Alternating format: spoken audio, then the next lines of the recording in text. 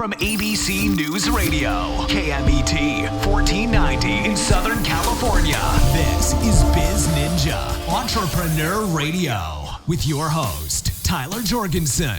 Welcome out to Biz Ninja Entrepreneur Radio. I am super excited to have a fellow ClickFunnels Top 30 designer here on the show with me today. Someone who I met in Boise, Idaho, which is such a funny place to meet someone when neither of us are from there. It's not a weird place in general.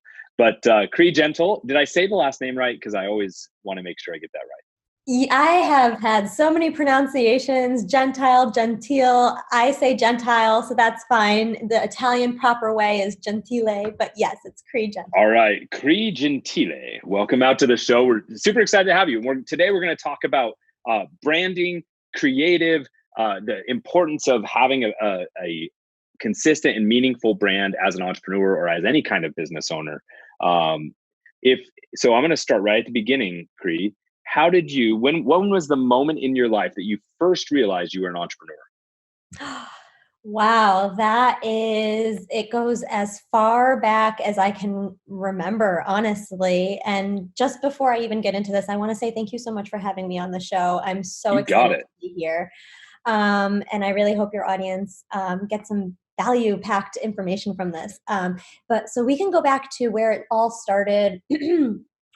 I was born into a family of entrepreneurs. So my parents were wedding photographers and my brothers are all entrepreneurs. A lot of my other family members are all entrepreneurs.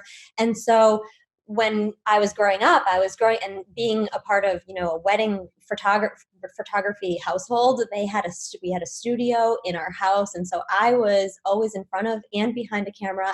I learned at a very young age what it was like to kind of set scenes and style and stage and communicate behind a camera, behind a lens.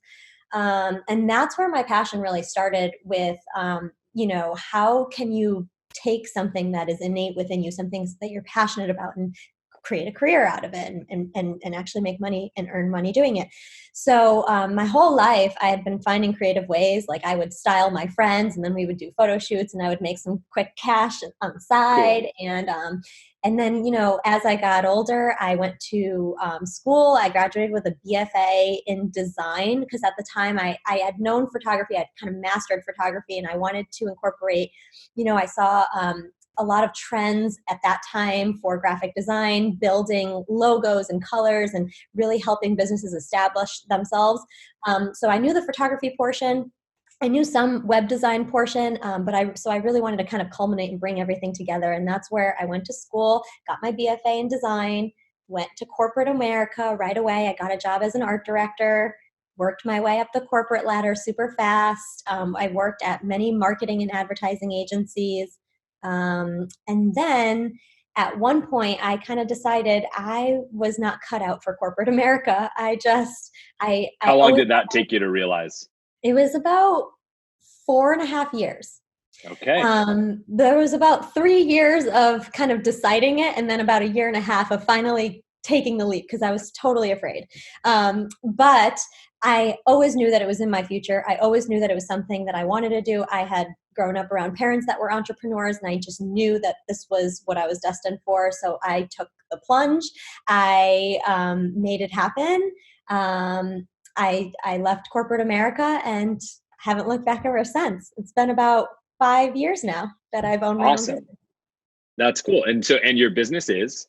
Creative Co., which is a creative agency. We help business owners and entrepreneurs and coaches and consultants to create brand identities that stand apart. So why is it important for a speaker, coach, consultant, entrepreneur, expert to have a brand identity? Isn't just whatever they talk about, isn't that their brand? Every single thing that we do is a part of our brand. It is intrinsically, it's involved and incorporated. I like thinking about brand identities as almost like human personalities. So every single human we all have innate characteristics. We all have personalities. Some of them we're aware of, and some things we're not aware of.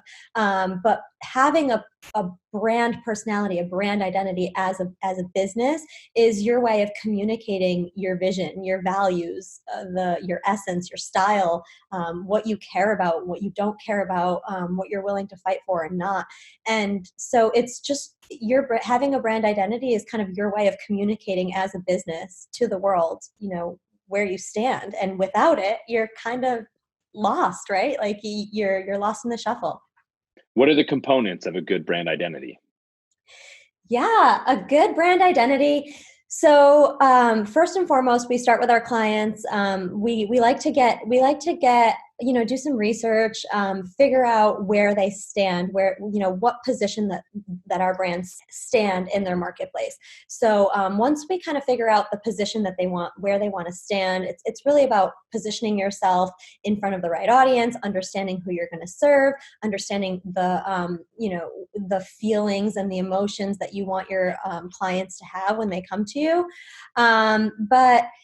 So positioning is a part of having a great brand, positioning yourself correctly. Then it moves forward into, how do you communicate that position that your stance? How do you communicate what you're doing? And so then it starts to, we start to develop a brand, like a name, like a logo and a name and colors and fonts, and your colors and your fonts and your logos. These are all intrinsically, like they're created specifically to communicate certain things. So you've got your brand assets, like your logos, your colors, your fonts. Then it moves into, your website and your social media and your presence online and offline, your printed work, like business cards and stationery and every single thing that's going to leave your office and touch, one of your customers. So there's all of that. But, a personal brand and branding in general is so much more than just the printed version or the online version. It's really your essence in total. And it's really just communicating that to the world, how you do things differently than other people and what sets you apart. So it's really Awesome. getting clear about that. So if there's a lot that goes into creating an entire brand identity, right? And that's what I got from that is it's not just a logo or a color palette or coming up with a cool tagline. And it's not just the things that you may say or do, right? Because some people say, hey, your brand is what other people say about you and things like that. But really your brand identity and the components of that are a lot broader and should be therefore more strategic. What is the number one mistake that many experts make with their branding? Yeah, definitely. Oh my gosh, one of the biggest mistakes is that they assume that it's just a logo. Literally, I don't know how many business owners will come to me and they'll say things like, I just need a logo, or, I just created this new business and I need a name. And sure, those are important. Obviously, it's just like you and I, we have names and someone's got to call you, you've got to call you something. But that's the tip of the iceberg, because there's so much more involved in our personalities and our beliefs and the way we do things and why we do things. So all of that is wrapped up into branding and having a really strong brand. Something that it kind of, when you have a really strong brand identity, you almost create a culture around everything that you believe in and everything, your way of being and acting and believing. And really it's a call for others to come and join that culture and be a part of it as well. Awesome. So, if many experts, if the mistake that they make, or many people, entrepreneurs and businesses in general, if the mistake they make is that they think, oh, I just need a logo, or I just need to pick a name real quick and then I can move on. It sounds like it's similar to many parts of business where they're just, it's a short-sightedness. Now, sometimes I often say there's a mistake of ignorance. They didn't know that they needed more than that, right? Or it's just a mistake of apathy. They just don't care, right? Right. I would say most of the time it's that they don't realize the importance. They didn't know, oh my gosh, like the logo I pick is going to be something I should probably, it should probably fit into the rest of my business over time, right? So what do you say to someone who's like, they've picked a logo, they've gotten started, they've already like printed their business cards and done that, but they're like, hey, I think I need to take the next step. What is the next step? Yeah. So the next step is really just building your presence, getting getting people, building a following, building a community, building a culture. So every big brand that you can think of, like Nike or Adidas or Target, they all have these followers of these followers that the die hard believe in their culture and believe in their products and believe in what they do, and they share them and they boast about them to everybody that they know. And it's really, as a business owner, having other people recommend you and share about you and purchase from you is the biggest goal of it all. So the bigger that they can grow their audience, the more they can connect with the right audience and attract the right audience, the more successful they'll be as a business. So in a lot of businesses, the thing that you do really well for others is sometimes the thing that you struggle with yourself, but you've got a cool brand identity, right? So what process did you go through when you launched Creative Co. To make sure that you drank your own Kool-Aid and followed your own advice? Yeah, that's such a good question. No one's ever asked me that before. And that's awesome, because there's a lot that we did when we looked into the psychology of colors and the way that I wanted people to feel when they approached us and when they worked with us. I wanted to make sure that it was warm and inviting. I wanted to make sure that we were friendly and easy to work with. I wanted to make sure that we were able to make the branding process simple. Simplicity is one of the biggest aspects in the world that I hold near and dear to my heart. Like I strive for simplicity in every single aspect that I can. So when we built our brand, I wanted it to be simple, but I also wanted it to communicate, high quality and this idea of comfort that you can trust and we can collaborate, because I love collaboration. So we picked colors like yellow and black. Yellow is a very energetic color. It's a creative color. It's innovative, and so we wanted to represent ourselves that way. Black and white are other colors that we lean on, and those are sophisticated and they demonstrate quality. So there was a lot of psychology with how we actually designed our brand identity and the look of it. But moving forward, it's in the little things that we do. I like to believe that we go above and beyond. We go deep with our clients. We like to make things as easy and streamlined as possible. We have clients all over the world, and we've serviced clients, I think, in every single continent. So Cool. in order to, communicate with them and make things easy and streamlined, we've created a ton of,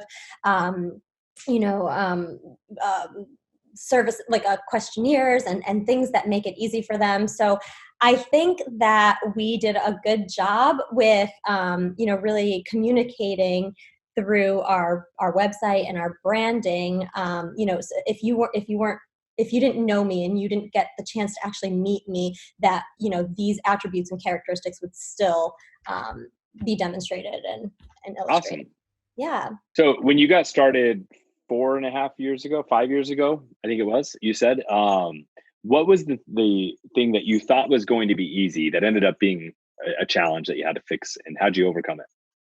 Wow, that's a good one. So the thing that I thought was going to be really easy was that when you build it, they will come. And that was kind of an really archaic mentality at the point. I thought, hey, once I get all these things in line, I'm going to have my website, I'm going to have my brand, and I'm going to be able to go. And that was a really big misconception. I wanted to help everyone at that time. I was thinking, I can do this and I can do that and we can do this. And we had our hands in so many little things.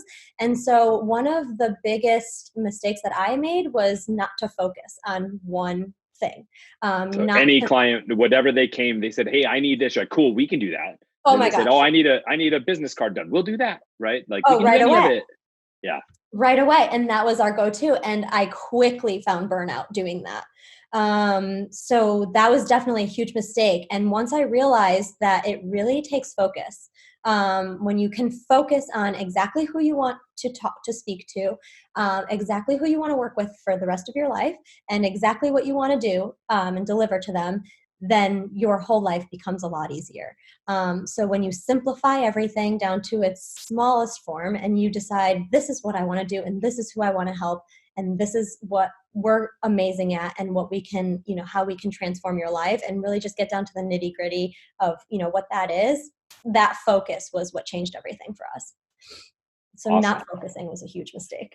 Yeah, absolutely. And you fixed it by focusing, which is good. I love the quote from Mad Men by Don Draper that says, "Make it simple, but make it significant." And I think about that a lot. It's probably one of the ones anytime branding or creative or marketing comes up, that's what I say, because some people tend to overcomplicate. People make sales funnels 500 steps, or they make it longer than it needs to be, or they make it, but strip everything away. If you can get like, what's the minimum that you need to get the message across in a way that communicates it and drives the point home. And I love it. Your branding, I believe, actually really does a great job of that. And so it's really cool to see when, so you've focused, but you still have quite a few services, right? You do a few different things. So was the main focus being more linear in the type of people you work with? Was that the biggest shift? So it was really how we positioned our services. So at the time, I don't even think I had a price menu. I think Sure. I literally think I just said yes to many things.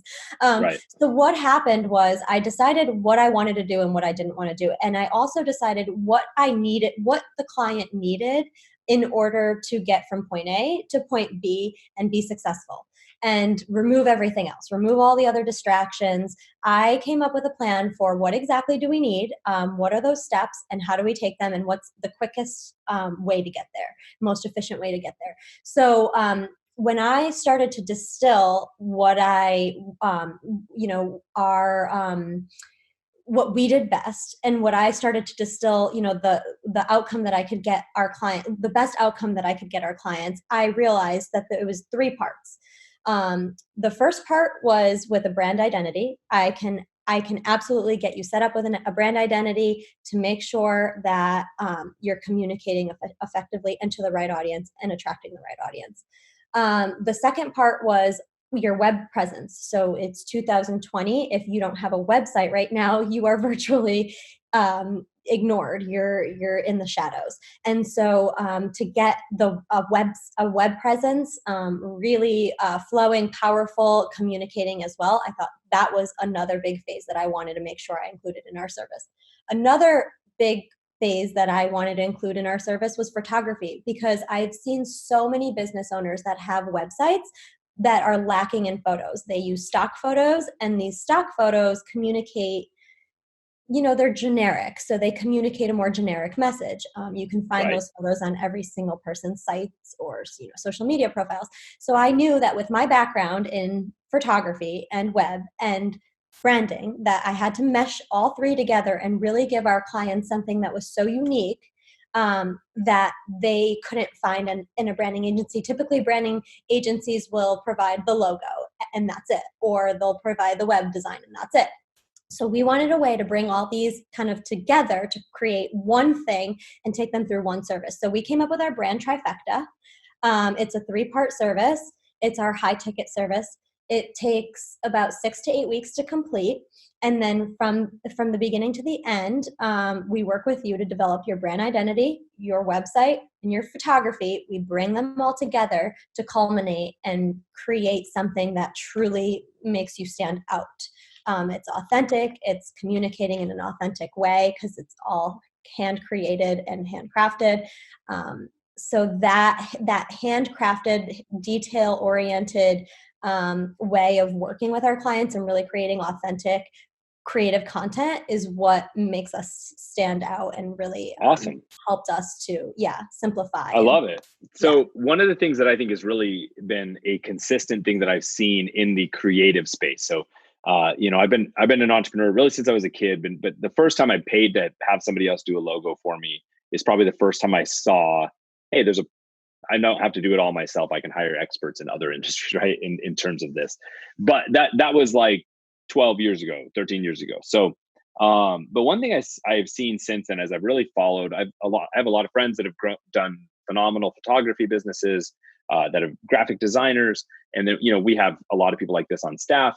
When there's a massive undervaluing from a lot of people who are your target audience, right? Experts, coaches, consultants. These people I've noticed tend to value branding cheaper than like Nike. Nike's going to spend millions of dollars on their branding every year, right? And so, or even smaller restaurants and stuff, they understand, okay, we need menus. They can see the creatives that they need, right? That they get utilized. Or even a small business owner, even, a car dealership, again, they know what they're getting. It's part of their business model. Right. But for a lot of coaches and experts, the first part of their business, it's just done through networking.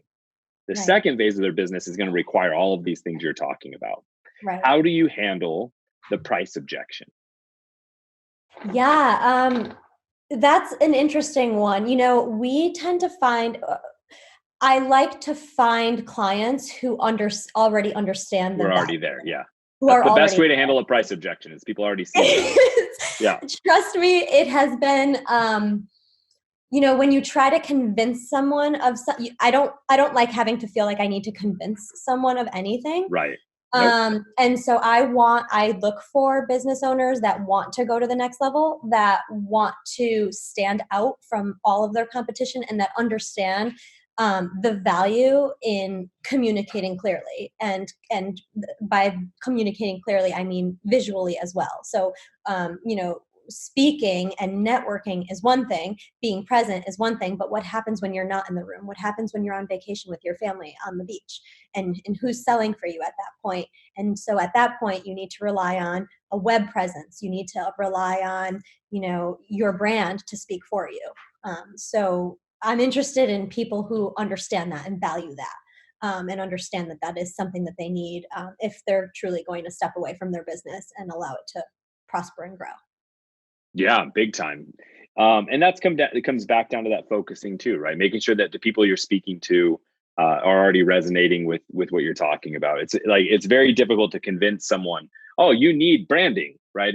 But if you've talked about branding, if you've talked about this stuff, then obviously the people that are responding back to you are going to do that. So let's say that you're talking to someone who's wanting to become a creative.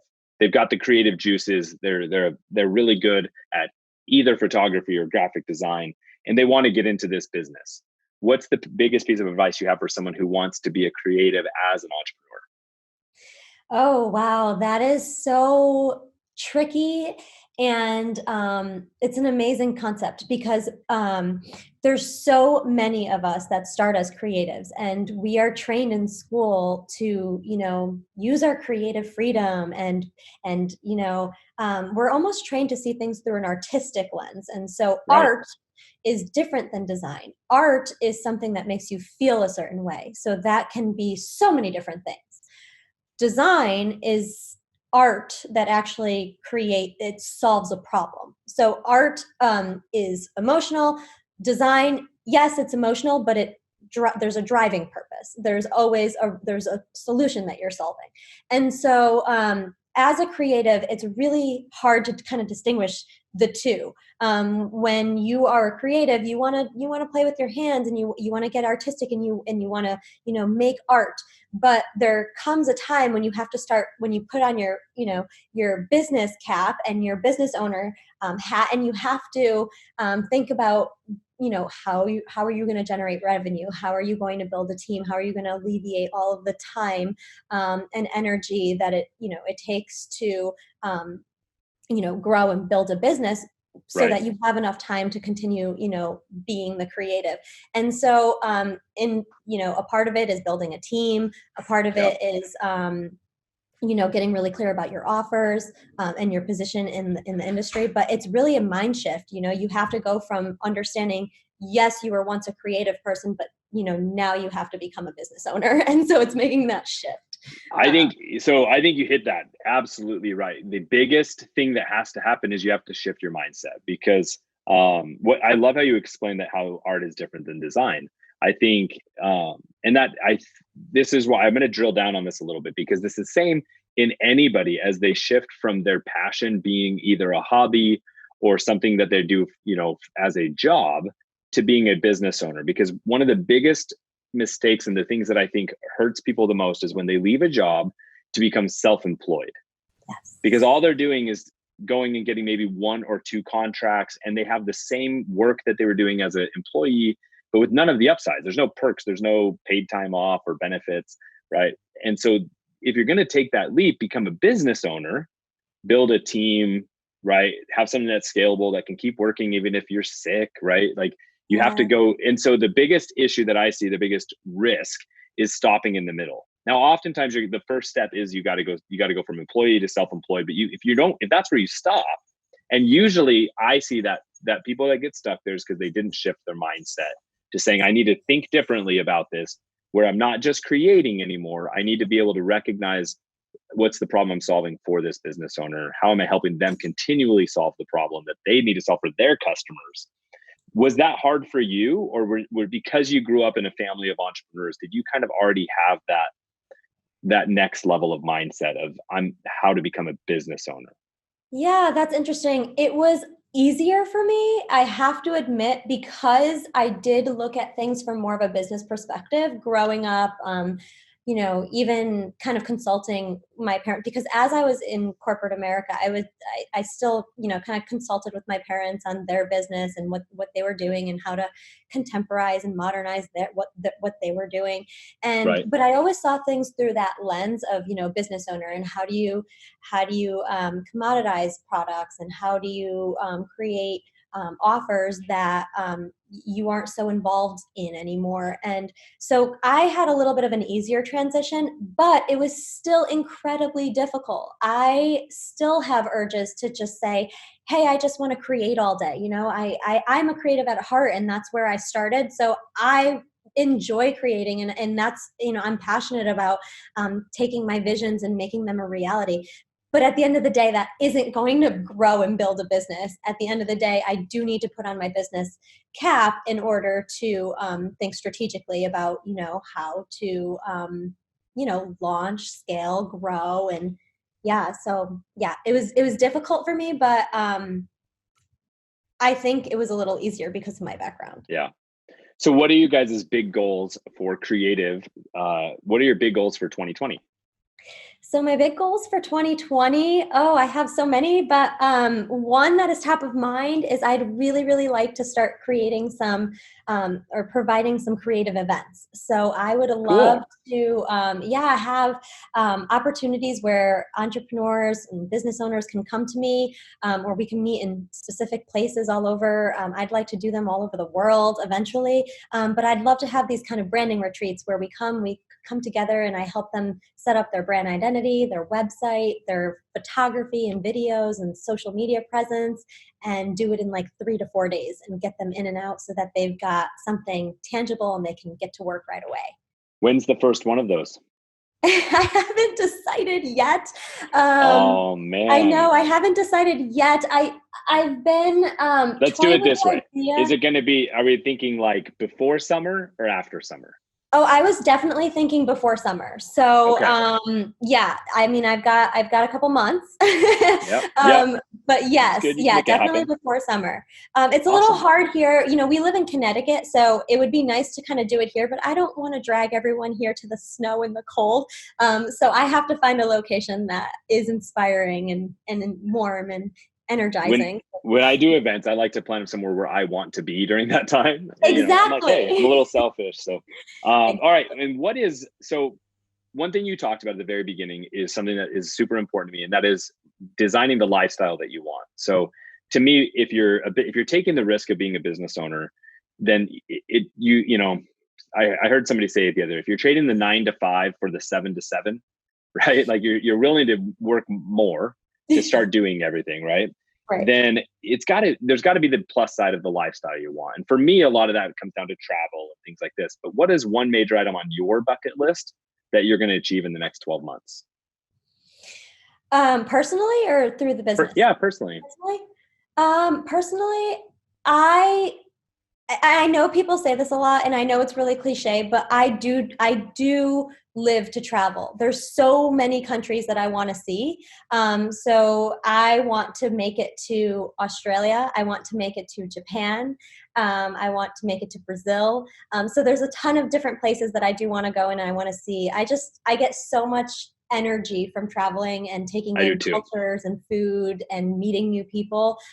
So whenever I travel, I know that I'm going to get re-energized. And I told you before the call, we've got a few things coming up, but one of the things we're planning for it's probably going to be summerish time, is a entrepreneur 48-hour power jaunt. So I do these quick 2-day trips to, I went to Dublin, Bogota, Colombia, Barcelona, right, for 2 days. And it's amazing because I get that energy, but then I get back to work and it's really, really cool. And so we're going to be starting to open that up to other entrepreneurs. And like, it's a totally informal mastermind concept. It's like, we're just going to go travel together. Yes. People can talk, people can network, nothing formal. Anyway, so I'll definitely let you know when we're doing one of those. I think Dubai's been on the horizon. I was supposed to do Dubai and then I ended up going to Barcelona. Not like it was in the same direction, but Barcelona was amazing. It was really cool. So, Australia, Japan, Brazil. I'm excited to see those trips happen. Thank you so much for coming out on the show. People, please go find Cree at creativeco.com, and it's spelled KRIATIVCO.com. And thank you so much for coming out on the show. Anything else? Thank you so much, Tyler. I'm so happy to be here. I can't thank you enough. Absolutely. My Biz Ninjas, wherever you are listening, watching, or tuning in, it is your turn to go out and do something. Thank you for listening to Biz Ninja Entrepreneur Radio with Tyler Jorgensen. Please make sure to subscribe so you're first to hear new interviews and episodes. If you found this podcast to be valuable, please share it with a friend. Don't forget to visit our online dojo at bizninja.com to claim your reward for listening to the show.